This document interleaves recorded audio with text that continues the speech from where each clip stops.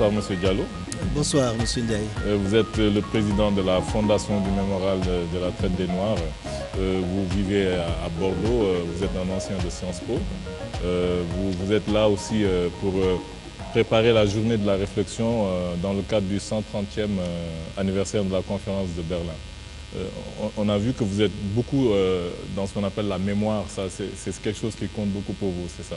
Absolument, absolument, Monsieur Ndiaye. Je voulais d'abord vous remercier de cette invitation, saluer les chroniqueurs ici présents ainsi que votre public très jeune. Je crois que ce sont des collégiens. C'est des collégiens. Donc je me réjouis vraiment de pouvoir échanger avec vous. Vous avez dit que j'étais un ancien de Sciences Po. Je suis aussi un ancien de l'université Cheikh Anta Diop de Dakar. J'ai fait mon droit entièrement, en droit public ici à l'université de Dakar, avant effectivement de m'installer à Bordeaux, où, comme vous le dites très bien, je me suis investi sur les questions de mémoire, mémoire de l'Afrique, mémoire de l'humanité, mémoire du métissage de l'humanité, mémoire de la mondialisation. Pour moi, la mémoire est essentielle parce qu'il appartient à la mémoire d'inspirer l'action politique, de la penser et de l'animer également. Et cette mémoire est une mémoire assez malheureuse.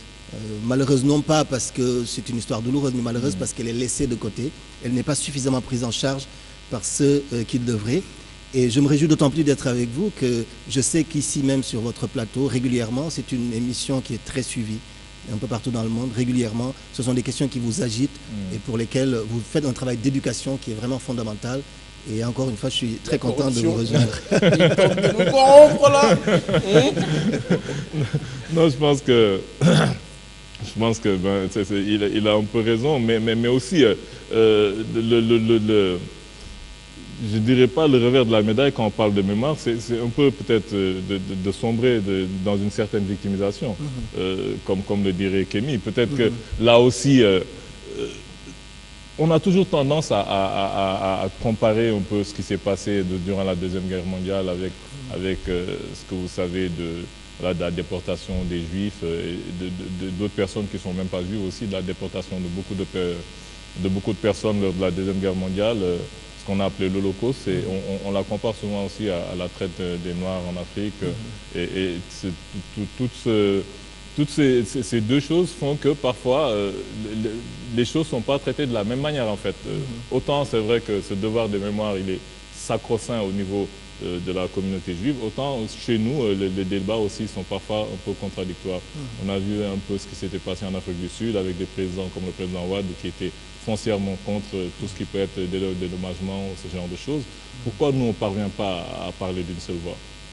Vous posez là, M. Ndiaye, une question essentielle et j'avoue ne pas avoir vraiment la réponse pour laquelle, effectivement, en Afrique, on ne commémore pas assez les dates marquantes, essentielles de notre histoire. Je faisais la réflexion tout à l'heure à Kémy Séba que la seule date que nous commémorons ici au Sénégal, par exemple, c'est le 4 avril, qui est la fête de l'indépendance du Sénégal. C'est la seule date qui revient chaque année, comme si l'histoire du Sénégal commençait le 4 avril. Donc, il est évident que vous posez là une question essentielle. Nous, notre engagement, c'est vraiment un engagement sur la mémoire, mais du côté des exclus, du côté des peuples. Parce qu'il me semble que les peuples ont aujourd'hui besoin de comprendre leurs conditions, de définir leur identité, mais aussi de dialoguer. Et vous faisiez référence tout à l'heure, et c'est très juste, à cette concurrence mémorielle qui existe. L'exemple le plus récent, c'est le président François Hollande qui est allé au 70e anniversaire de la libération du camp d'Auschwitz tenir des propos qui ont été extrêmement polémiques, qu'ils sont encore d'ailleurs dans la communauté afro-caribéenne, en France et dans le monde, puisque le président Hollande dit que la Shoah est le plus grand génocide, le plus grand crime jamais commis.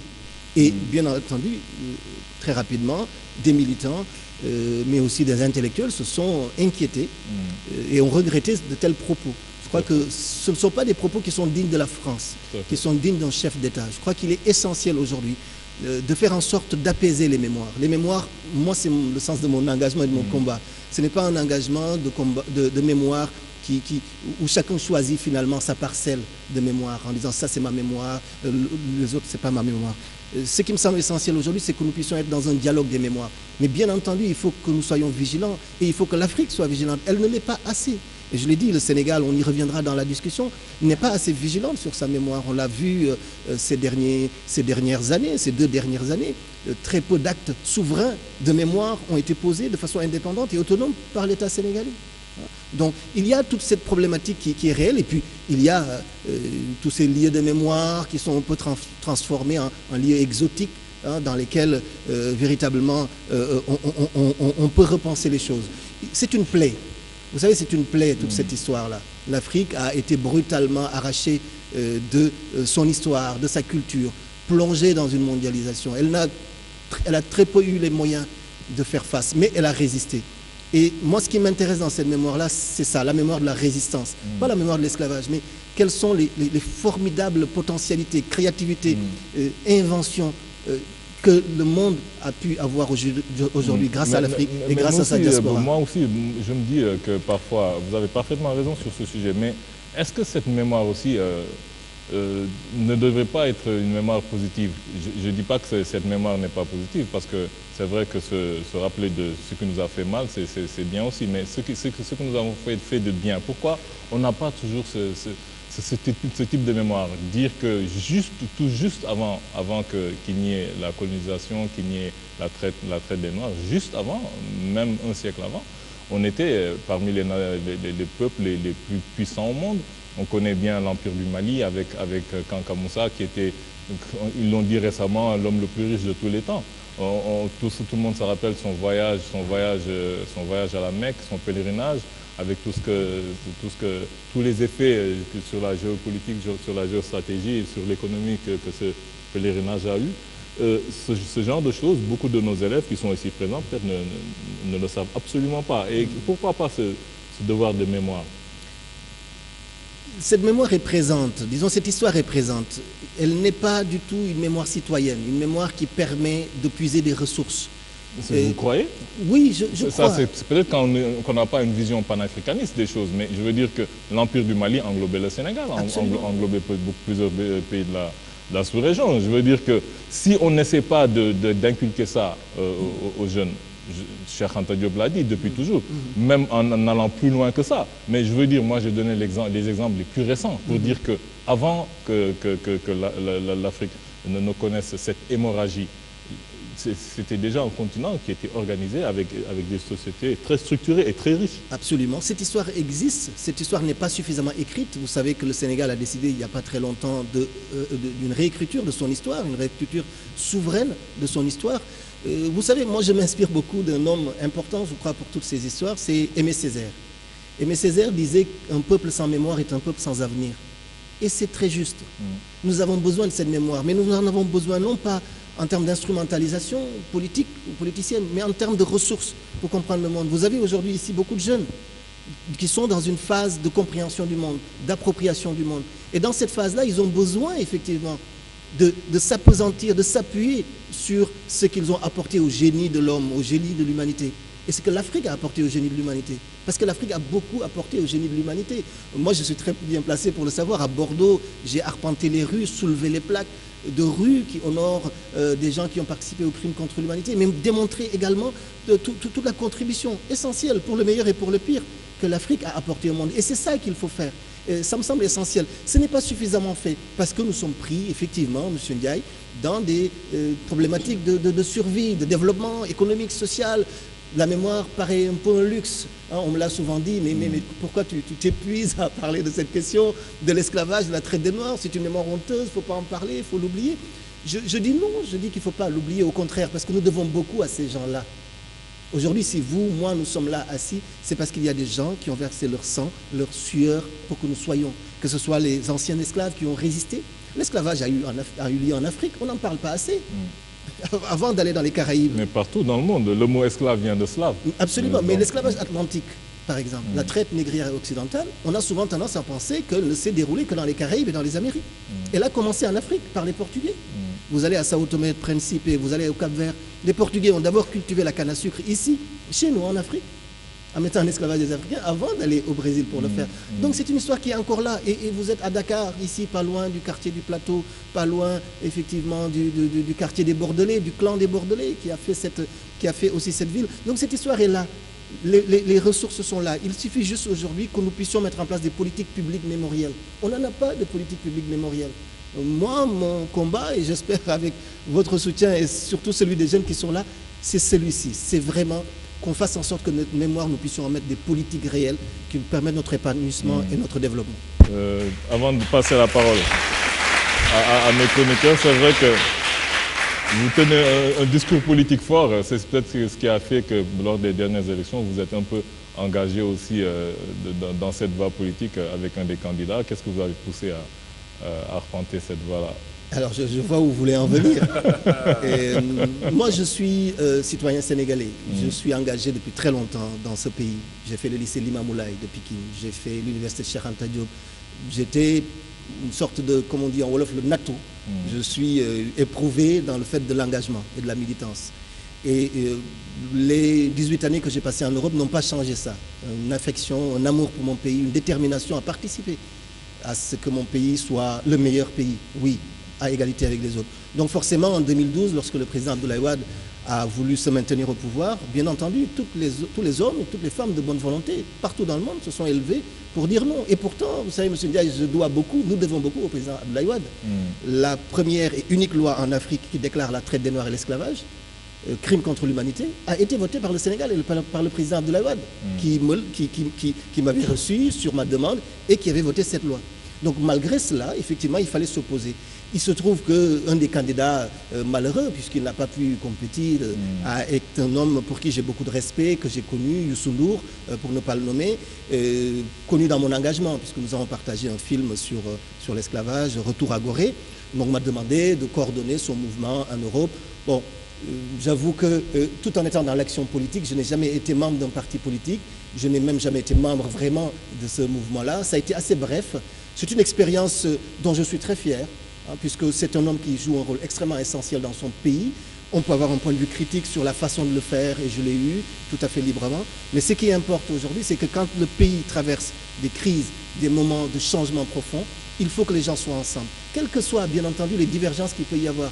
Qu'on puisse avoir la liberté de s'engager, mais aussi la liberté à un moment donné, quand on voit que les choses ne vont pas dans le sens où on veut, de prendre du recul pour continuer les combats, puisque les combats ils continuent avec ou sans Youssou Ndour, avec ou sans président Abdoulaye Wade. Le Sénégal est une nation vivante, vibrante, et quel que soit l'homme qui sera là, les Sénégalais seront là, ils seront debout et ils travailleront.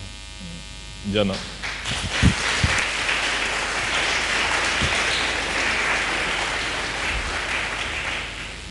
Bonsoir monsieur. Bonsoir Diana. Alors vous êtes fondateur du mémorial de la traite des Noirs. Donc je vous ai lu, j'ai lu quelques extraits d'articles vous concernant, et vous dites qu'il est important de transmettre la mémoire aux jeunes générations car selon vous, une jeunesse a besoin de savoir où elle en est et aurait besoin de savoir comment le monde a été construit. Donc je vous rejoins. Ne pensez-vous pas que cette question de l'importance de la mémoire est relative, puisque vous-même vous dites que certaines personnes ont estimé que c'était un luxe, car principalement ces générations nées après les indépendances n'ayant connu ni traite négrière, ni ségrégation raciale, ni colonialisme, ni néocolonialisme. Ce sont des générations nées en ayant aboli l'esclavage dans leur tête. Ils vont dans les écoles, ils vont dans des pays... Enfin, le chemin, comme vous dites, a déjà été balisé pour eux. Donc, justement, votre combat aujourd'hui, vous risquez un peu de le mener sans ces jeunes qui ne se sentent pas nécessairement investis de la question noire. Pourquoi? Parce que beaucoup de personnes ont travaillé en amont. Et je pense qu'aujourd'hui, on ne peut plus parler de noir. Il faut qu'on précise bien. Je veux dire, la question noire pour un Américain, pour un noir français, pour un noir africain, n'est plus du tout la même. Ce n'est plus la même problématique. Aujourd'hui, si je suis noire en Afrique, je ne risque pas de souffrir de racisme à l'emploi. Donc quand j'allume la télé et que je vois quelqu'un qui mène un combat pour du racisme à l'embauche, je ne me sens pas concernée parce que je suis en Afrique, je suis chez moi. En revanche, si je vais aux États-Unis ou si je vais en France, là, la question peut éventuellement se poser. Et aujourd'hui, sur la question du racisme, je suis le genre de personne qui n'irait pas nécessairement chez SOS Racisme pour un oui ou pour un non. Pourquoi?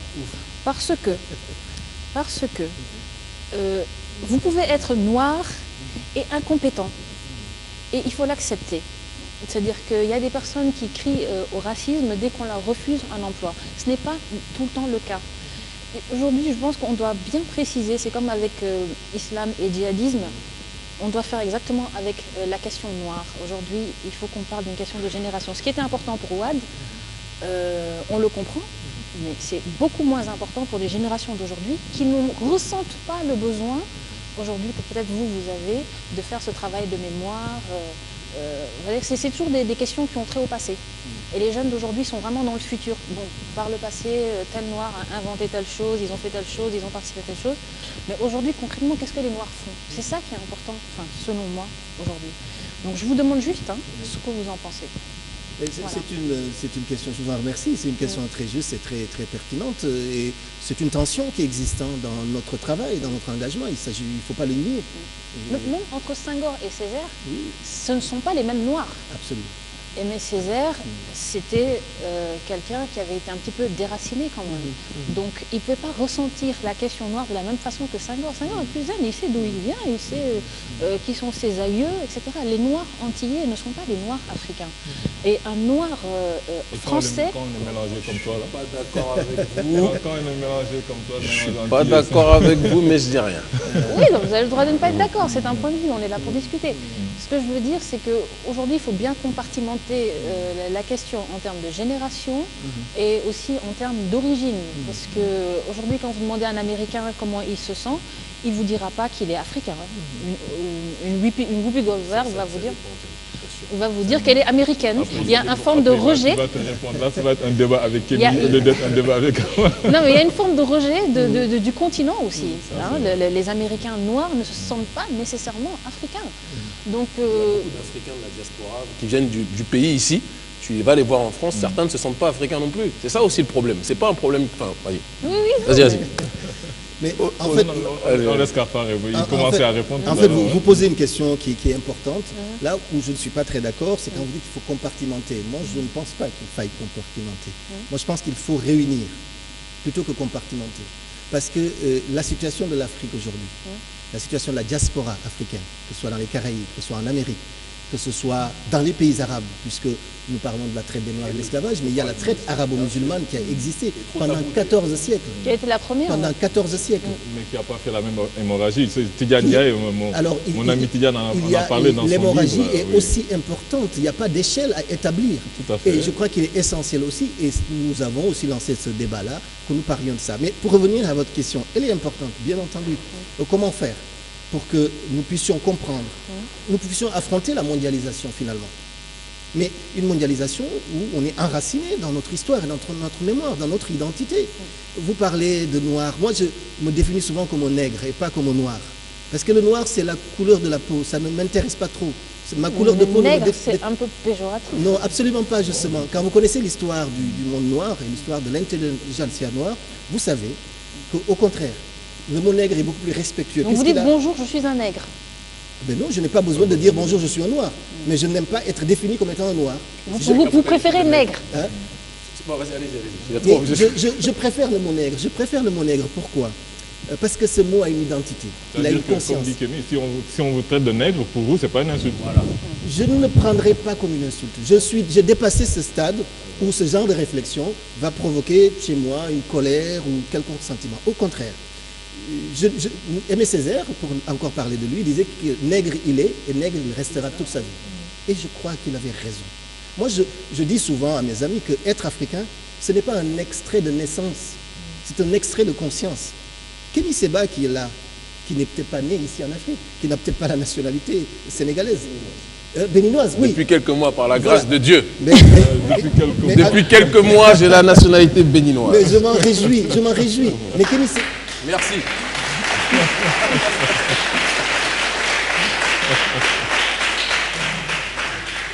Mais Kémy Séba est plus africain que beaucoup de gens qui sont nés ici. Parce que c'est une conscience, être africain. Ce n'est pas un extrait de naissance, c'est un extrait de conscience. Conscience de ce que nous sommes, de ce que nous avons été dans l'histoire et de ce que nous sommes encore aujourd'hui. Donc, cette question que vous posez est là. Il ne s'agit pas de faire par une réponse, de la résoudre. Bien entendu, ces jeunes peuvent se poser cette question. Mais ces jeunes sont aujourd'hui des jeunes du monde du 21e siècle. Oui, c'est ça, ils ne se posent même pas ces questions. Mais si, vous savez pourquoi ils vont se la poser? Parce que le monde, on est dans la mondialisation. Il y a aujourd'hui une circulation telle des hommes, des biens, des ressources. On ne peut plus réfléchir en termes de on est ici, on est en Afrique ou on est en Europe. On est partout confronté aux mêmes questions. Vous vous imaginez la tension que ces événements derniers, tragiques, ont eu en Afrique et partout dans le monde. On ne peut plus faire cette économie. Et pour pouvoir maintenant faire face à ça, à la violence du monde, qu'elle soit économique, elle est là, qu'elle soit sociale, qu'elle soit culturelle, il faut des armes. Et Aimé Césaire les appelait les armes miraculeuses. Et ces armes miraculeuses, c'est ça. C'est cette conscience-là. C'est cet investissement pour avoir des dates importantes où nous sommes là, où nous disons, oui, voilà notre mémoire et notre histoire. Nous voulons qu'on la respecte, bien entendu. Mais nous voulons surtout qu'elle nous serve pour notre avenir, pour être dans le dialogue.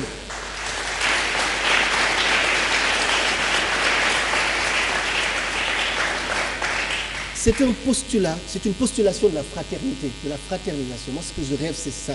Je ne rêve pas d'une Afrique qui s'enferme sur elle-même, ou de nègres ou d'Africains qui s'enferment sur eux-mêmes, sur une lecture comme ça, assez nauséabonde finalement. Dans du négrisme, quoi. Voilà, moi je rêve de la fraternité, pour améliorer le dialogue avec les autres, quel qu'il soit. Vous savez, entre moi, ma mère et Diola, de la Casamance, de Bignona, mon père est Peul et de Matam. Mais il a bien fallu qu'ils dialoguent. Et pour améliorer le dialogue, ben, il faut savoir d'où nous sommes partis. Et tout ce travail de mémoire, c'est ça. C'est pour améliorer le dialogue avec les autres, avec l'Occident, avec le monde oriental. Mais il faut que notre mémoire soit respectée. Moi, je n'accepte plus que nous puissions fouler aux pieds cette mémoire. Et malheureusement, je le regrette un peu, c'est ce qui se passe un peu au Sénégal. Et j'espère que les jeunes Sénégalais pourront se battre pour corriger cela. Cette mémoire, c'est un petit peu les passages douloureux quelque part de ce qui s'est passé, de ces crimes contre l'humanité. Et ce que j'ai remarqué aussi avec l'Holocauste, c'est que ça rend susceptible ce travail de mémoire, se remémorer ce qui s'est passé, ça rend susceptible. Vous vous rendez compte qu'aujourd'hui, toutes ces tensions, par exemple en France, je veux dire, vous ne pouvez pas critiquer des juifs comme ça.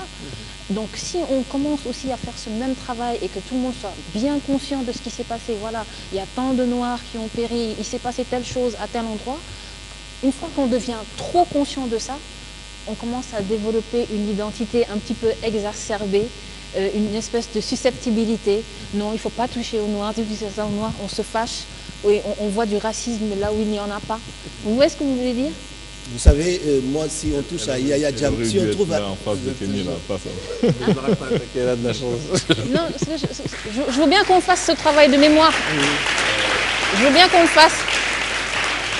Simplement, je ne veux pas qu'on vive dans la douleur. Je ne veux pas qu'on vive dans des images terribles. Moi, j'ai fait une fois un exposé sur ce qui s'est passé au Sénégal pour mon école. Et j'avais vu des photos d'esclaves lacérés. C'était horrible. J'ai pas envie de voir ça. J'ai envie de passer à autre chose. Je sais pas si vous voulez. Tu veux faire la politique de l'autruche, quoi. Comme si rien ne s'est passé. Non, je veux passer à autre chose. Je ne veux pas transporter cette douleur en moi. Je veux passer à autre chose. C'est tout. Vous appelez Diane, c'est ça? Diana. Diana, j'ai l'impression d'être quelqu'un qui traîne un poids derrière moi, qui m'empêche de vivre, de m'amuser, Non, je vous donne juste cet exemple. C'est pour vous dire que non, il ne faut pas avoir peur de ça. Il ne faut pas en avoir peur. Savoir n'est pas un poids. Voilà. Il ne faut pas en avoir peur. C'est la façon dont on raconte cette histoire. Nous avons mis en place notre fondation, ce qu'on appelle une école des mémoires. Il faut raconter cette histoire autrement, différemment. Ce qui fait qu'il y a cette extrême susceptibilité dont vous parlez. Regardez bien. Ces gens-là, soit qui sont extrêmement susceptibles, soit ils ne savent pas, soit ils instrumentalisent ce qu'ils savent. Mais quand on sait vraiment, on n'est plus dans le savoir émotionnel, c'est le savoir émotionnel qui fait ça. Il faut que nous la racontions de façon totalement dépassionnée. Il ne s'agit pas d'accuser l'Occident d'avoir fait du mal à l'Afrique ou bien d'accuser les pays arabes. On a nous-mêmes nos responsabilités. On a nos responsabilités là-dessus. Et il faut que toutes ces choses-là soient dites. Mais très simplement, c'est l'histoire de l'exploitation humaine. Mais comme cette histoire détermine notre vie encore aujourd'hui, il faut la poser. Elle n'a jamais été souvent racontée. Vous savez, il y a cet adage africain qui dit que si les lions avaient des historiens, les histoires de chasse glorifieraient les lions. On a toujours écrit l'histoire, on a toujours fait de la mémoire, toujours en se parant des plus belles vertus et en accusant l'autre d'être le bourreau.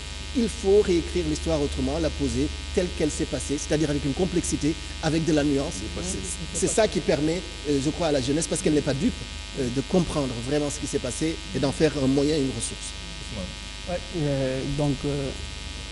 Je retombe sur ce qu'il a dit, parce que moi-même, j'ai compris par exemple l'histoire de Lat Dior à travers une pièce de théâtre jouée à Sorano. Il est important souvent de se réapproprier ce passé-là pour pouvoir savoir d'où l'on vient ce qu'on a fait et que ce qu'on doit entreprendre. Dans la pièce de théâtre, j'avais lu l'histoire de Lat Dior, mais beaucoup de choses m'échappaient. À un certain moment, on lui a demandé de sortir du Cayor. Et comme il maîtrisait son histoire, il savait tellement l'histoire, il lui a dit « Linguère, ma tante, as-tu entendu Borom Ndar qui demande au Cayor de sortir du Cayor? Avez-vous entendu, vous, Major Dior Yassine, Mokhuro de Biram Fatma, il cède ses 7 ancêtres enfouis sur nos pieds, Borom Ndar qui demande au Cayor de sortir du Cayor, il lui dit « Mounoul ne ». Pourquoi? Parce qu'il a convoqué sa généalogie, il a convoqué son histoire, il a convoqué son passé pour lui dire « Mounoul ne ». C'est Ndar m'appartient, le Cayor m'appartient, tu ne peux pas me chasser du Cayor. Donc je maîtrise mon histoire, je connais mon identité.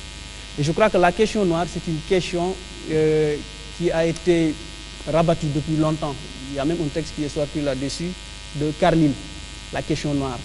Mais si vous lisez ce texte-là, et que si vous comprenez ou vous maîtrisez votre histoire, à un certain moment, vous vous dites que non, c'est du n'importe quoi qu'ils racontent. Parce qu'ils ne comprennent pas l'histoire noire, l'histoire de l'homme noir en tant que tel. Et depuis longtemps, j'ai suivi vos travaux et on ne peut pas se mentir, je vous l'ai dit tout à l'heure. C'est des choses qu'on partage ensemble, c'est des valeurs qu'on partage. Parce que pour moi, actuellement, ce qu'il faut faire, c'est ce que Glissant appelle le tout monde. C'est-à-dire, on n'est plus dans la politique de victimisation, la politique de ça et ça et ça, mais de se dire qu'il y a des identités qu'il faut construire, le métissage, ce qu'il appelle l'archipélisation du monde. C'est ça qu'il faut faire. Dire qu'on a fait ça, nos ancêtres ont fait ça, mais il ne faut pas s'arrêter à ça. Il faut que les générations postérieures puissent comprendre cela, se projeter vers un futur rayonnant. C'est le défi actuel. Parce qu'au XVIe siècle, quand l'ethnologie a inventé le concept de barbare et de civilisation, c'est pour uniformiser l'identité. C'est-à-dire pour nier, par exemple, les identités des autres contrées. Et à partir de ce moment, on a dit qu'il n'y a qu'une seule identité, il n'y a qu'un seul mode d'être, il n'y a qu'une seule pensée. Ils ont oublié qu'il y avait d'autres conceptions, d'autres modes d'être, d'autres pensées, d'autres identités. Et ces identités-là, c'est ces identités qu'il faut comprendre, les connaître, les respecter. Et je ne suis pas, par exemple, dans le jugement qualitatif et tout ça, mais quand vous voyez, quand les gens commémorent la Shoah, par exemple, quand ils commémorent ça, c'est extraordinaire. Pourquoi nous, maintenant, au niveau africain, les dates marquantes de notre histoire ne peuvent pas être élevées à un rang supérieur? C'est des questions politiques, c'est des questions sociales, c'est des questions aussi idéologiques. Parce que nous sommes dans un monde où la pensée est uniformisée, où les valeurs occidentales sont imposées. Et vous-même, je crois que vous avez subi cela. Dans votre combat, souvent on vous taxait d'extrémisme, de radical, de Malcolm X, de la Gironde. Tout ça, on vous a taxé de ça. Et à un certain moment, ce n'était pas le parfait amour avec Juppé, parce qu'il ne comprenait pas votre discours. On disait que bon, c'est des questions dépassées, la question noire, la question de... Mais quand, par exemple, vous faites la société française, par exemple, nous on a étudié là-bas, on sait comment ça se passe. C'est pas parce qu'on n'a pas le mérite et qu'on est dit non, le CV. Non, non, c'est institutionnalisé. C'est institutionnalisé. C'est pas pour rien qu'ils ont inventé maintenant le CV anonyme. Les Noirs ne sont pas traités à la même enseigne, au même rang que ceux qui sont là-bas, par exemple les autres. Donc votre combat, il est noble. Maintenant, j'aimerais savoir les démarches politiques que vous faites, par exemple, pour faire entendre, faire passer votre message ici au niveau de l'Afrique. Parce qu'ailleurs, quand vous êtes en France, quand vous êtes noir, c'est une question qui vous intéresse, qui vous interpelle. Mais ici, peut-être, bon, les gens n'ont pas... C'est un tort. Même à l'école, ce qu'on nous enseigne, c'est l'histoire de Napoléon, c'est l'histoire de De Gaulle, c'est les mémoires d'outre-tombe. Tout ça, nous, notre... Oui, moi, j'ai appris Soundiata Keïta. Ça, c'est notre histoire. Quand il lui dit que... Djibril Tamsilian dit au griot, je vais te raconter l'histoire telle que mon père l'a racontée, telle que mon grand-père l'a racontée, parce que nous détenons les clés du Mandé. Ça, c'est extraordinaire, c'est notre histoire, c'est notre passé. Il faut se remémorer ça, mais il ne faut pas être dans la politique de victimisation. Il faut être, comme le dit mon ami, l'autodétermination. C'est ça qu'il faut au XXIe siècle. Et maintenant, quelles sont les démarches politiques que vous faites pour qu'au niveau d'ici, on puisse comprendre qu'on a besoin de ça, on a besoin de forger quelque chose, de mettre, d'édifier certaines choses pour que les jeunes générations puissent savoir qu'on a traversé ça et ça et ça. Et ça, c'est notre propre histoire. Oui, c'est une question importante parce que finalement, elle nous permet de nous projeter dans la réalité, dans l'action, puisque bien entendu, le discours, nous le connaissons, mais quels moyens nous nous donnons pour pouvoir le transmettre? Quels moyens nous nous donnons pour pouvoir l'instituer, pour pouvoir l'institutionnaliser? C'est ça le grand combat. Et ce grand combat, tout le monde doit le mener. Je sais que vous le menez de votre côté. Nous avons, effectivement, vous avez fait référence à la ville de Bordeaux, au maire Alain Juppé. Nous nous sommes donné les moyens de nous battre et de créer aujourd'hui, effectivement, un dialogue tout à fait apaisé autour de ces mémoires, mais ça n'a pas été facile. Vous imaginez un Africain qui arrive à Bordeaux dans les années 90 et qui s'oppose à l'un des hommes les plus puissants de France, en essayant de faire passer ce message. Ça a été difficile, parce que c'était un port négrier, Bordeaux. C'est pas Paris, Bordeaux. Bordeaux, c'est pas Paris, c'est même pas Marseille, c'est pas Toulouse. C'est à Bordeaux. Donc vous avez des élites, vous avez une prospérité économique qui est basée, qui s'est construite sur le passé colonial. Donc ça a été extrêmement difficile, violent. Nous nous sommes donné les moyens politiques à un moment donné, puisque j'étais candidat aux élections municipales à Bordeaux en 2001, et que les Bordelais m'ont soutenu. La liste couleur bordelaise. Je n'ai jamais été membre d'un parti politique. C'est bien de le préciser. Voilà, c'est effectivement. Mais je n'ai jamais été membre d'un parti politique. J'ai toujours pensé qu'on peut faire de l'action politique et de la politique sans forcément être membre d'un parti. Par ailleurs, je respecte l'engagement politique parce que nous avons besoin des hommes politiques. Mais il faut que nous soyons dans les rapports d'intégrité et de respect. Donc à Bordeaux, avec le temps, effectivement, des relations plus apaisées se sont construites parce que nous avons montré que nous n'étions pas, comme vous l'avez dit, dans la victimisation ni dans la diabolisation. Nous sommes dans le travail de mémoire, pas dans le devoir de mémoire. Parce que le devoir de mémoire, finalement, on peut se dire, on est libre de se souvenir et de ne pas se souvenir. Parce que ça, c'est la liberté. Est-ce que c'est objectif? De toute façon, la mémoire Est-ce qu'on parle aussi du rôle que nous avons joué, nous, ici en Afrique, pour que nous ayons pu être ponctionnés aussi longtemps? Moi, j'en parle. D'autres peuples dans le monde ont été beaucoup plus pugnaces et ont résisté à certaines invasions. Tous les peuples, vous savez, Madame Diana, vous savez, dans tous les peuples, et encore aujourd'hui. C'est-à-dire, on a toujours cette lecture de l'histoire entre le passé, mais c'est tout. Il faut dans l'unicité du temps, dans tous les peuples, il y a des forces de progrès et des forces, effectivement, de déchéance et de recul et de régression dans tous les peuples et dans toute l'histoire. Effectivement, pendant la traite des Noirs et l'esclavage, il y a eu des Africains qui ont collaboré à ce système. Vous dites même que des peuples avaient des esclaves. Mais bien entendu, bien entendu. Quand on parle de la Shoah, on ne parle pas du fait que certains wagons étaient vendus par les familles les plus riches juives. Eux ne le disent pas, justement, dans cette démarche de protection de leur histoire. Il y en a qui le disent, même dans toutes les communautés, il y a des hommes, des femmes de bonne volonté qui ont une pensée critique, qui ne sont pas dans cette lecture simpliste, binaire, de mauvais, de bourreaux et de victimes. C'est plus compliqué que ça. Moi, je connais des intellectuels juifs, dont Ronnie Broman, qui est un ami. Justement, c'est une exception. Il est très attaqué par la communauté juive. Absolument, mais on est toujours attaqué. Ce qui est essentiel, c'est qu'au final, c'est la vérité triomphera. Moi, j'en suis persuadé. Et la vérité qui triomphe, c'est la vérité du respect de l'autre, du respect de l'être humain, du respect de son intégrité, du respect des droits de l'homme. C'est cela, au final, qui triomphera. Mais nous devons être intègres, parce que les menaces qui pèsent sur l'humanité sont énormes. Moi, je suis effaré de me rendre compte de la violence des réactions qu'il y a eu à cause des caricatures qui ont eu lieu, ainsi que de l'affaire Charlie. Ça a vraiment totalement montré, attisé des tensions. Il faut que nous ayons une autre écriture de l'histoire. Il faut que nous ayons des mémoires où nous montrions les forces de convergence plutôt que les forces de divergence. Parce qu'on en a. Aujourd'hui, il faut le reconnaître. Si la notion de crime contre l'humanité existe, c'est grâce à la mobilisation de la communauté juive et notamment de beaucoup d'intellectuels juifs. Ça, il faut le dire. Et nous devons ça à la communauté juive. Mais nous devons aussi notre détermination à dire que nous voulons que notre mémoire soit respectée.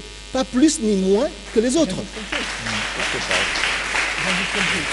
Juste avant de donner la parole à Kenny.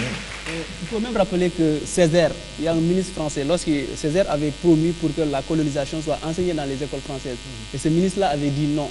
Et il est parti rendre visite à Césaire, il ne l'a pas reçu.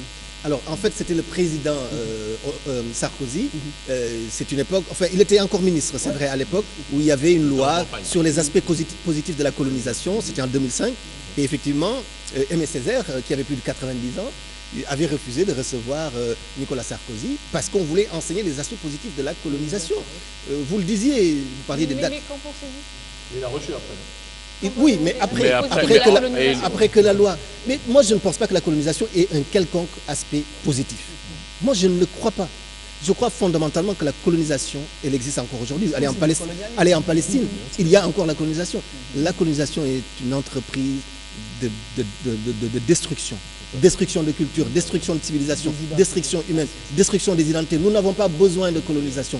Les sociétés et les cultures...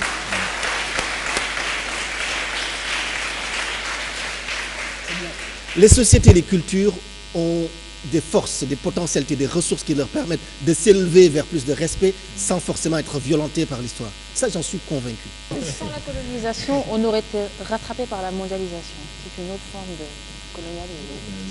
Ça dépend. On va inviter Diana ici.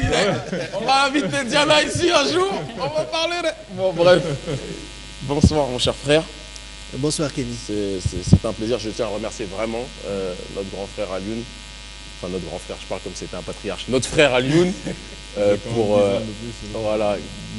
nous avoir permis, pour nous permettre de te recevoir aujourd'hui. Ça fait un bout de temps qu'on se suit mutuellement. On était tous les deux en France, mais pas dans les mêmes coins. Moi, j'étais à Paris, toi du côté de Bordeaux, avec en effet chacun une méthodologie différente. Toi, beaucoup plus, je pense, comme on le disait tout à l'heure, institutionnel, donc en rapport de dialogue, parfois de confrontation avec les institutions, et nous, probablement plus frontale et urbaine. Hein. C'était la démarche qui était la nôtre, ce qui l'est toujours en réalité.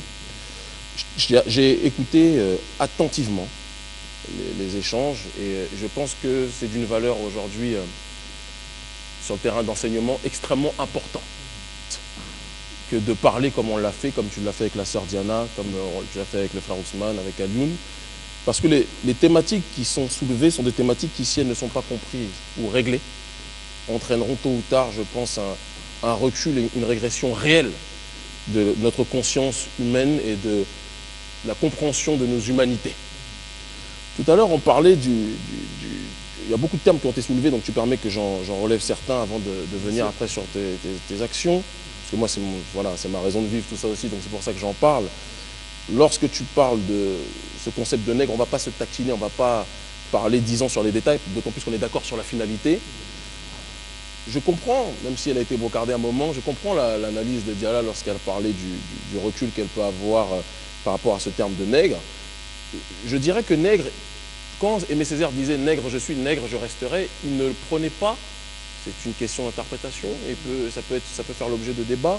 Il ne prenait pas cela comme l'essence même de son être ou de son identité. Il disait ce terme nègre nous a été jeté au visage et on va transformer ça, ce qui était censé être péjoratif, on va le transformer dans une dimension améliorative et on va leur montrer que non seulement leur injure ne nous dérange pas, mais qu'en plus de cela, on la transcende.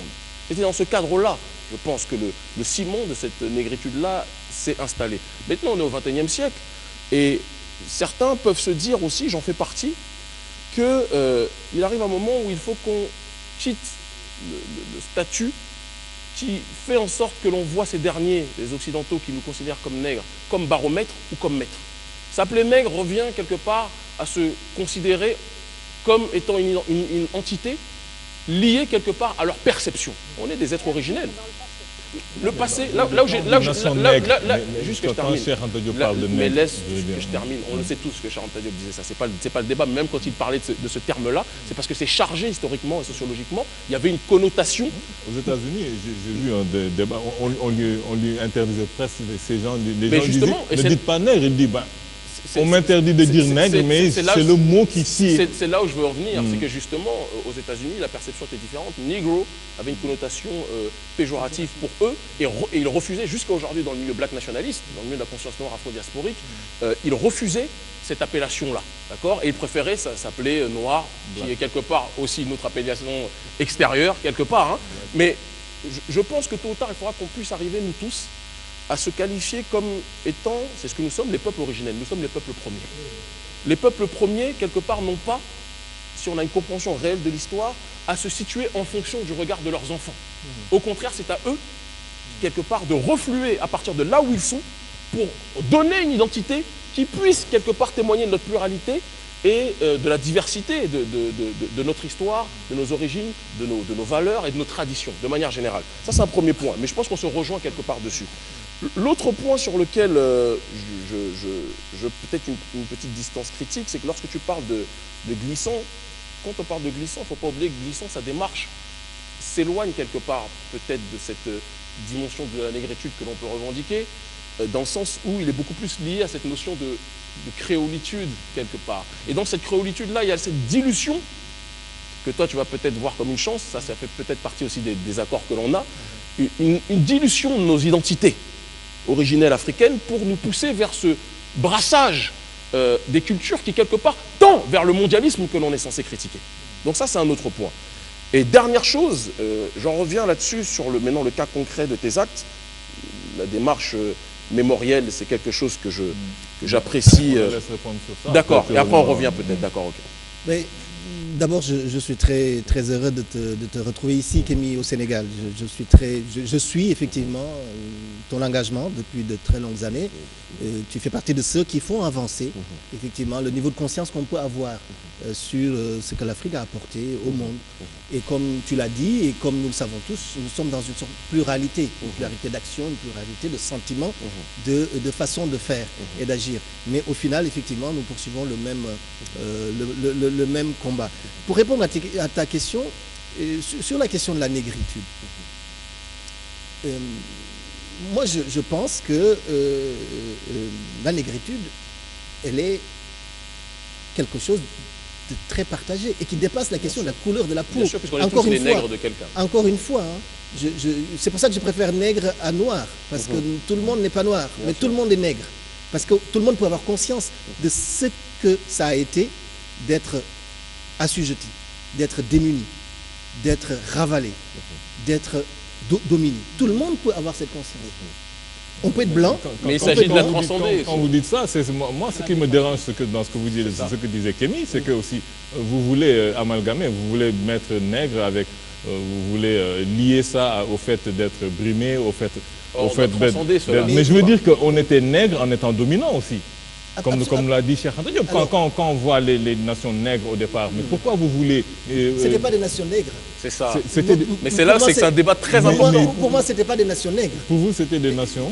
Pour moi, ce sont des nations, alors on peut dire des nations noires. Et pourquoi ou bien des nations africaines? Ce sont des nations originelles. Ce sont des nations originelles. Ce sont des nations nègres, mais je veux dire nègres. La négritude, Alioune, on en conviendra, a une historicité. On peut la dater.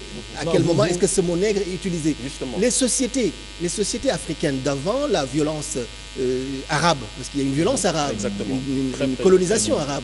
D'avant la violence occidentale, ces sociétés-là, c'était des sociétés africaines tout court. Elles ne se définissaient même pas comme étant noires ou autres, parce que c'était comme ça. Voilà, on ne se définit pas. On est devenu nègre dans le regard de l'autre. Non, je suis désolé, parce que même quand il s'appelle Kémy, c'est que le mot Kémy a une valeur. C'est noir. Voilà, c'est ça dont on parle. Mais je veux dire, donc les Égyptiens se définissaient comme noirs. Exactement. Ils se définissaient comme noirs. Ça ne fait pas de notre ami Kémy un nègre, le fait qu'il s'appelle Kémy. Comme ça ne fait pas de vous un nègre, le fait de vous appeler Alioune. C'est après, dans les actes que vous posez. Quand vous voyez... On ne sera pas d'accord vraiment. C'est une querelle sémantique, mais qui a quand même beaucoup de sens. On ne sera pas d'accord. C'est essentiel. Moi, je peux me sentir plus nègre que noir, parce que je ne suis pas noir. Il faut voir, quand on parle de couleur, les blancs ne sont pas blancs. Il a dit qu'il n'est pas noir. Attends, les blancs ne sont pas blancs, les noirs ne sont pas noirs.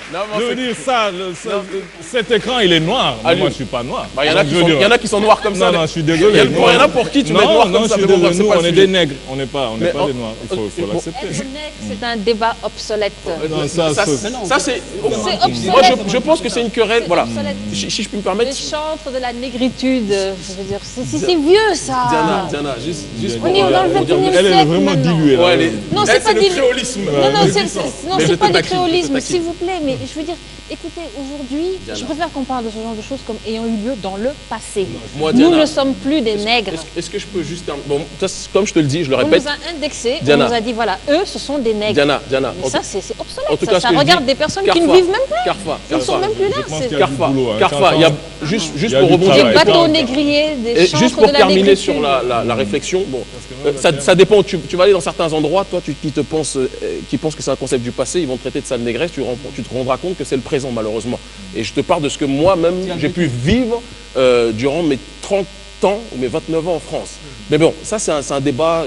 Je peux comprendre la réflexion qui est la tienne, et je la rejoins sur un seul point, qui est, peut-être d'autres, hein, mais sur ce point-là, qui est que ce n'est pas parce qu'on me jette ce terme nègre-là que je vais le reprendre. Je comprends pourquoi. Non, je dis juste, je comprends pourquoi Césaire, Senghor et autres l'ont fait dans un cadre bien précis. Je le comprends parfaitement. C'était dans une démarche pour moi de provocation et leur montrer que l'épithète que vous nous lancez, l'anathème, on le retourne contre vous et on en fait une puissance. Maintenant. On peut passer sur ce thème parce que je pense que... Ouais, parce que je veux venir autre chose, ailleurs. Voilà. Je pense que Voilà. il va prolonger sa merci. réflexion. Comme ça, on va plus Voilà. avancer. Mais Sinon, c'est on un va débat pas s'entendre. tellement passionnant. On va pas s'entendre sur la... Maintenant, sur la justement, thème pour de- transcender cette thématique qui peut être chargée de victimisation, j'en viens à un sujet qui est en adéquation justement avec ton action du côté de Bordeaux. Si je ne m'abuse, tu me corriges, hein, cher frère. Tu as été à un certain moment dans une démarche de vouloir, c'est ce que j'ai cru lire. Hein. Parfois, comme on lit tard, des fois, on a peut-être besoin de vers pour lire, pour mieux lire. Dans une démarche de vouloir faire retirer le nom des négriers de la ville de Bordeaux. On est d'accord ou pas? Oui, tout à fait. C'est une démarche, ok, je comprends.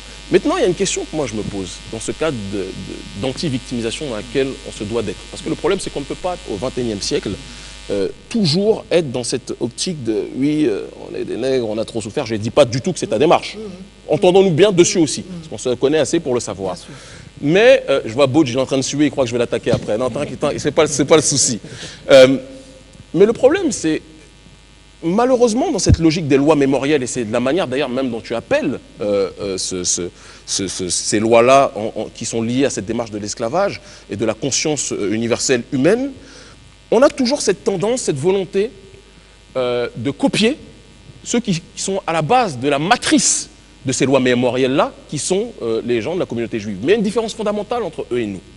C'est que eux, avant de poser, ou du moins d'imposer la culpabilisation vis-à-vis des autres, ils ont été capables de se construire d'abord eux-mêmes, d'accord, comme une force de là où ils sont, qu'on condamne la manière dont ils agissent ou pas, là n'est pas la question, mais c'est ce qu'ils ont fait, de telle sorte que lorsqu'ils arrivent en France, ils ont la capacité, parce qu'ils parlent d'une seule voix, de dire non, on ne veut pas ce nom, on ne veut pas ce nom. Nous, notre problème, c'est pourquoi vouloir chercher à ce que l'autre, comment dirais-je, retire des gens qui peuvent être des héros pour eux, mais qui n'en sont pas pour nous. Le vrai débat, c'est que lorsqu'on va à Gorée, comment peut-on expliquer qu'au XXIe siècle à Gorée, on a des gens on a des rues qui sont les rues qui portent le nom des anciens colons ou des anciens esclavagistes, que ces rues-là soient sur notre lieu de mémoire. C'est ça le vrai problème. Avant de songer à ce que les autres changent, il est nécessaire que l'Africain change lui-même. Et notre problème, c'est qu'on n'est pas dans cette dimension, dans cette dynamique de vouloir nous responsabiliser. On veut toujours culpabiliser les autres. Est-ce que tu comprends ce que je veux dire? Je comprends tout à fait, Kémy, et je salue hein, la vigueur et l'énergie avec laquelle tu abordes cette question. C'est une question qui est importante. On agit toujours là où on est, bien sûr, où on vit. Moi, je vis à Bordeaux, donc je travaille à Bordeaux. Et j'essaie de repérer dans mon environnement immédiat toutes les traces qui sont des traces de ravalement de l'homme, quel qu'il soit d'ailleurs, que ce soit l'Africain qui a été ravalé, que ce soit le Rome qui a été ravalé, ou bien l'Arabe, ou bien le Bordelais qui a été ravalé. Je m'intéresse à ça. Et donc on agit là où on est. Donc effectivement, tu as raison de le souligner, à Bordeaux on a mis en place une action... dans le fond, je ne la critique pas, parce que je la comprends profondément. Qu'on a appelé rebaptiser les rues de négriers, hein, puisque pour la compréhension de vos invités ici, à Bordeaux, à Nantes, à La Rochelle et au Havre, qui sont les 4 principaux ports négriers. Il y en a d'autres petits en France. Hein. Bayonne, c'était une activité extrêmement rentable, l'esclavage, la traite des Noirs. On a Bayonne, on a Saint-Malo, Dunkerque, Rochefort. C'était toute la façade atlantique. Et aussi dans les pays européens comme le Portugal, comme la Hollande ou l'Angleterre, il y a des héritages urbains de cette histoire. C'est-à-dire qu'il y a des hommes... Vous savez, cette histoire de l'esclavage, c'est une histoire d'une époque. C'est une époque dans laquelle l'être humain n'avait pas la même valeur qu'aujourd'hui. Et donc forcément... En plus, le terme de traite négrière, ou bien le commerce triangulaire est plus adéquat parce que pour eux, c'était juste un commerce. Et tous ceux qui ont participé à ce commerce, qui ont armé des navires pour venir les acheter en Afrique, qui ont eu des plantations coloniales à Saint-Domingue. Saint-Domingue est la principale, c'est l'actuel Haïti. C'est la principale destination des navires négriers français. Soit plus de 75% des exportations allaient là-bas. Vous savez, Haïti, là, ce petit pays qu'on plaint, ils sont pauvres. C'était la colonie la plus riche d'Amérique. C'était la perle des Antilles. Donc, ces colons et ces armateurs-là ont fait la prospérité de leur ville. Ils sont devenus présidents de chambre de commerce, maires de ville. À Bordeaux, on a 2 maires qui étaient des armateurs négriers connus. Et donc, forcément, on les a récompensés, parce qu'à l'époque, on n'avait pas conscience que c'était un crime contre l'humanité, bien sûr. On les a récompensés, comme à Dakar, on en a quelques rues, comme à Gorée, comme vous le disiez. On les a récompensés. Et aujourd'hui, alors absolument, alors aujourd'hui, nous sommes au XXIe siècle. Il y a eu du progrès depuis. Progrès dans les droits de l'homme, progrès dans la rencontre entre les peuples, la meilleure connaissance des peuples. Et effectivement, c'est un héritage qui est encombrant. Qu'est-ce que nous en faisons? Parce qu'une ville, c'est une identité, c'est une image. La signalétique urbaine, elle est importante. Ce sont les valeurs qu'on affiche au fronton des villes. Quelles sont les valeurs qui sont affichées à Bordeaux, ou bien à Gorée, ou ailleurs? Ce sont des valeurs de personnes qui ont commis un crime contre l'humanité. Alors, pour répondre à ta question, moi, franchement, je ne suis pas obnubilé par la mémoire de la Shoah. Je crois qu'elle est importante. C'est un instrument d'analyse de ce qui se passe dans le monde, mais je n'en fais pas... Un instrument important, mais je n'en fais pas une obsession, une fixation. Et d'ailleurs, dans cette campagne qu'on a mise en place, on n'a pas demandé qu'on débaptise les rues.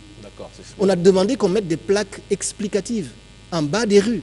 C'est-à-dire que moi, j'ai une fille qui a 16 ans, un peu plus âgée, je crois, que vos invités. Ben, je voudrais que quand elle se promène à Bordeaux, elle ne puisse pas passer dans la rue qui honore un armateur négrier sans qu'il n'y ait aucun élément qui lui permette de comprendre. Et mettre une plaque signalétique, ça permet de conserver la mémoire. Parce que le but n'est pas d'effacer la mémoire. Si on débaptise la rue, on efface la mémoire. Voilà. Par contre, si on laisse la rue et qu'on mette une plaque explicative, il ne s'agit pas d'accabler les familles d'aujourd'hui, les familles bordelaises ou européennes, de crimes qu'ils n'ont pas commis, qu'elles n'ont pas commis. Ça remonte au XVIIIe siècle et au début du XIXe siècle. Mais il s'agit de corriger cela. Et la correction, c'est la réparation, finalement. On répare. Et c'est ça le sens de l'action qu'on a menée. Et je partage ce que vous disiez sur Gorée. J'ai beaucoup travaillé avec l'ancien conservateur Joseph Ndiaye.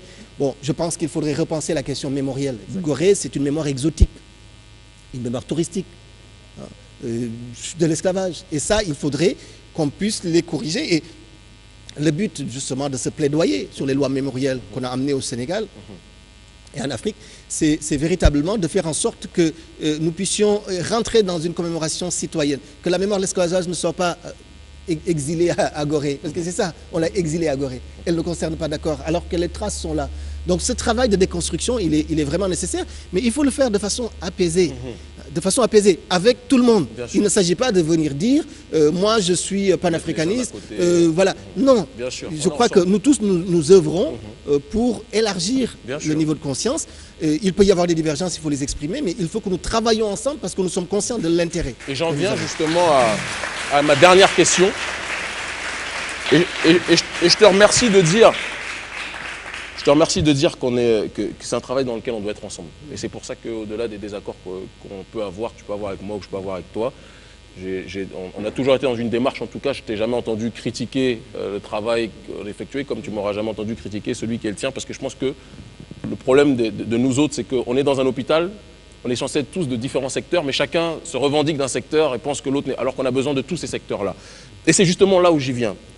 Je suivais cette démarche-là, qui était la tienne, jusqu'à ce que surgisse un débat lié justement à cette problématique des lois mémorielles. Tu as dit que c'est grâce à cette communauté juive et certains intellectuels de cette communauté qu'on a eu ces lois mémorielles-là. Le problème, c'est que ces lois mémorielles, aujourd'hui, et depuis leur essence même, ont été construites à la base pour, en priorité, cette communauté. Et on le voit dans la manière dont le traitement de la question de la traite négrière est traité. Tu as eu...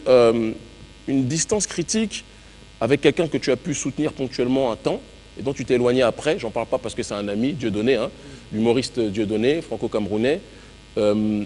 J'ai pu avoir des distances avec lui sur bon nombre de sujets, sur sa vision de la société, je le trouve même modéré sur certains points, sur d'autres je peux ne pas apprécier, mais ça reste un frère comme tu l'es.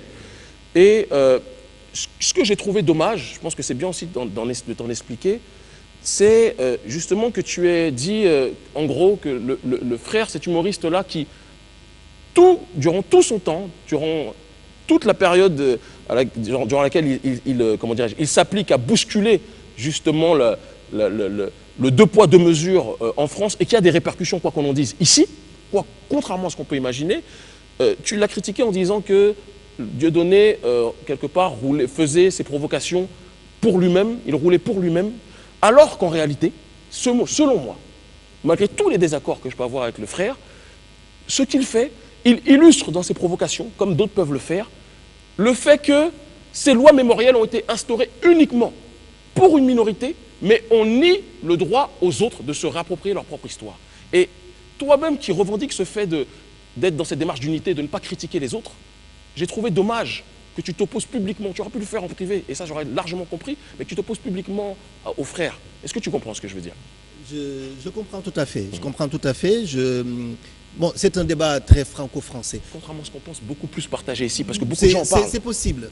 Toujours est-il que, il me semble qu'à un certain moment de la vie, il faut prendre des responsabilités. Bien sûr. Je crois qu'il y a un égarement quelque part. Moi, je ne pense pas qu'il y ait une contribution importante en termes de travail social. Parce que on ne peut pas résumer la vie à de la provocation, Kémy, on est bien d'accord. Et s'enfermer dans un théâtre pour faire son show, insulter tout le monde, si on pense que c'est du travail social, moi je ne pense pas. Je t'assure. Tu as assisté à ce spectacle? Je connais très bien ce dont on parle, je connais très bien Dieudonné. Tu connais très bien. Je pense qu'à un moment donné, il y a une sortie de route. Il faut le dire, très simplement. Il n'y a pas de problème. Moi, je l'ai soutenu publiquement à Bordeaux, en me mettant à dos, d'ailleurs, le CRIF, oui. Voilà, toutes les organisations, quelles qu'elles puissent être de droits de l'homme. Mais l'année d'après, tu t'es réconcilié avec elle. Je ne cite pas. Pourquoi? Je l'ai d'abord soutenu au nom de la liberté d'expression. J'ai changé, pourquoi? Parce que j'ai regardé ces spectacles, je les suis, et j'ai vu dans ces spectacles quelque chose qui, pour moi, n'est pas conforme à ce qu'on m'a enseigné. Qui est à propos de l'humour. À propos du respect que l'on doit avoir vis-à-vis.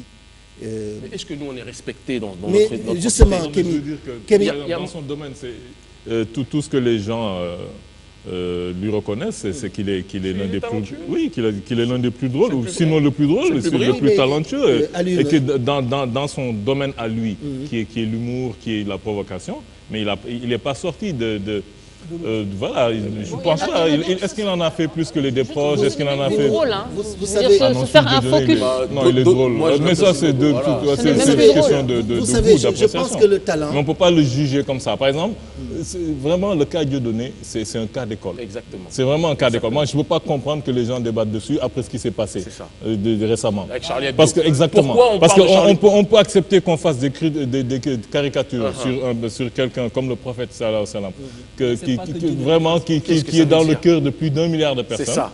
Mais on ne peut pas accepter que Dieudonné fasse une caricature d'un colon juif dans une de ses pièces. Et que tout le monde le mette au banc de la société. Et ça illustre le deux poids, deux mesures de ces lois mémorielles.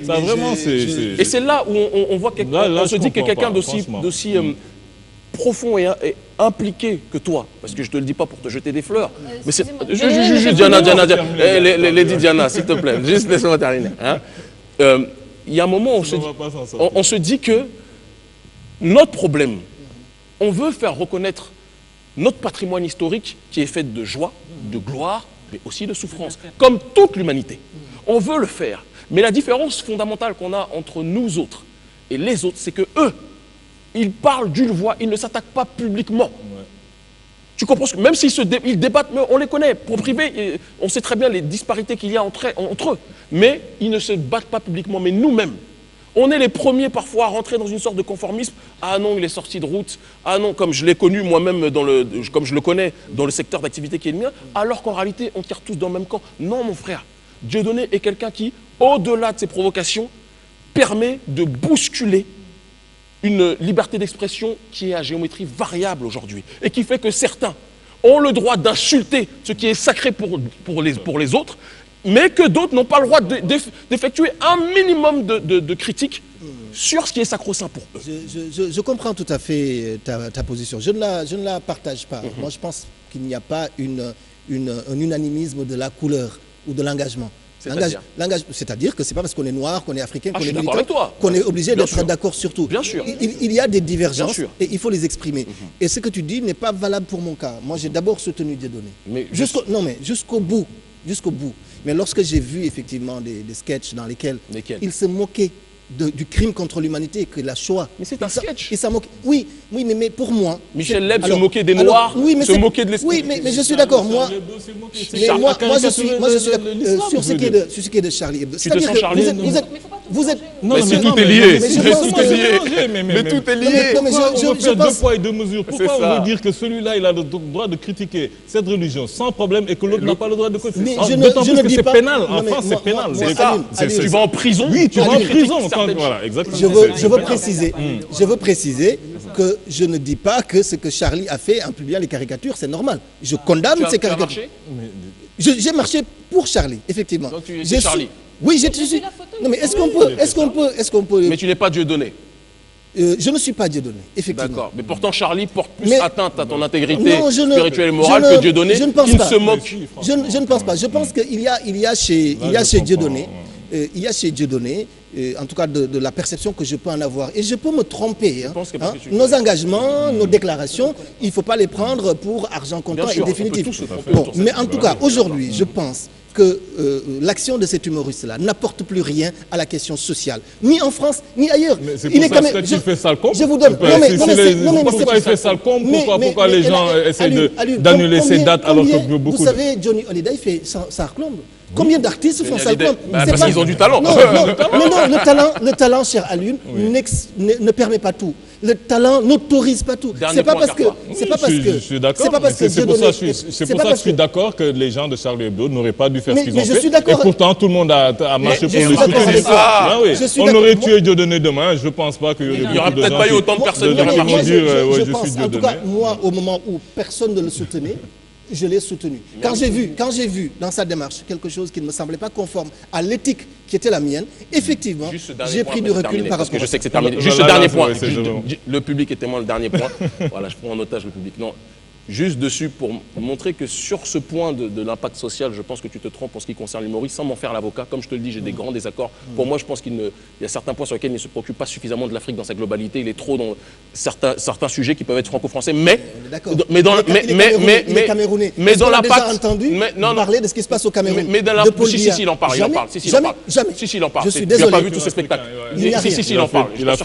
Bien sûr qu'il en parle. Non, il en parle. Mais juste, je veux dire une chose. Oui, mais jamais sur Paul Biya. Nommément, jamais. J'ai bien étudié la question, cher Kémy. Je sais que vous êtes très proche. Oui, je suis très proche, un ami. J'ai pas peur de le dire. Mais juste, je termine en disant une chose. Pour montrer que sur l'impact social, tu te trompes en ce qui concerne le frère, c'est que les événements de Charlie Hebdo ont montré que la liberté d'expression n'existait que lorsqu'elle profitait aux puissants. Mais que lorsque l'on critiquait les puissants, la liberté d'expression devenait inexistante et que les personnes qui se permettaient de se moquer des puissants étaient incarcérées, étaient condamnées. Et ça, en ce sens-là, ne serait-ce que pour ça, même si Dieudonné, selon toi, je ne suis pas dans sa tête, même si Dieudonné, selon toi, agit pour sa poche, agit comme tu l'as écrit, etc., je n'en sais rien. La seule chose que je sais, c'est que, quels que soient ses excès, il montre l'hypocrisie d'un gouvernement qui nous parle de liberté d'expression, qui nous parle d'humanisme, qui nous parle de fraternité, mais qui est capable d'incarcérer, de condamner des enfants de 8 ans à l'une. Des enfants de 8 ans à l'école ont été convoqués au commissariat en France parce qu'ils disent qu'ils ne sont pas Charlie. Mais où est-ce qu'on va? Kémy, les excès de la liberté d'expression, je suis le premier à les condamner. Eh bien, il montre ça. La mobilisation sociale, politique, pour vraiment que ce système français capitaliste puisse se transformer pour un meilleur respect des êtres humains, je suis le premier à le faire. Cependant, il est vrai que je choisis mes amis. Il y a effectivement des démarches. Il y a effectivement des démarches qu'on ne peut, dans la provocation permanente, que je ne peux plus, que je ne peux pas cautionner. Pourtant, on est provoqué tous les jours, nous aussi. Oui, mais regarde la manière dont on montre le prophète Mohammed qui la peste sur lui. Quand on montre le prophète Mohammed qui la peste sur lui, les fesses nues à l'air et que des gens marchent pour soutenir ces personnes-là, on se pose la question si notre conscience historique, on l'a ou pas. Je suis d'accord. Et je voudrais juste dire une chose qui me semble essentielle. Dans cette façon tout le temps de se justifier et de se positionner par rapport à l'Occident ou à l'autre. Moi, je fais souvent la différence entre le rebelle et le guerrier. Je pense qu'on a une culture du rebelle. effectivement, il faut se rebeller. On a en face de nous un adversaire et on ne se définit que face à lui, que par rapport à lui. C'est lui qui dicte notre conduite. Il nous maîtrise, il a notre imaginaire. Il peut dire quelles sont les images qui nous font pleurer, qui nous font plaisir, qui nous font rire. Mais moi, je crois au guerrier. Le guerrier, il n'est pas là où on l'attend. Il déplace la scène du combat. Je pense qu'il faut aller vers ce modèle de combattant social et politique. Le modèle du rebelle, c'est le modèle effectivement de Dieudonné. Ce modèle-là, il est dépassé par l'histoire. Et quand on regarde des hommes dont nous sommes extrêmement fiers, comme Malcolm X, comme Mandela, comme Martin Luther King, ce sont des gens qui n'ont jamais été là où on les a attendus, c'est-à-dire dans cette posture éternelle de se justifier face à l'autre. Moi, je crois à ça. C'est le sens de mon travail et je pense aussi qu'il est important.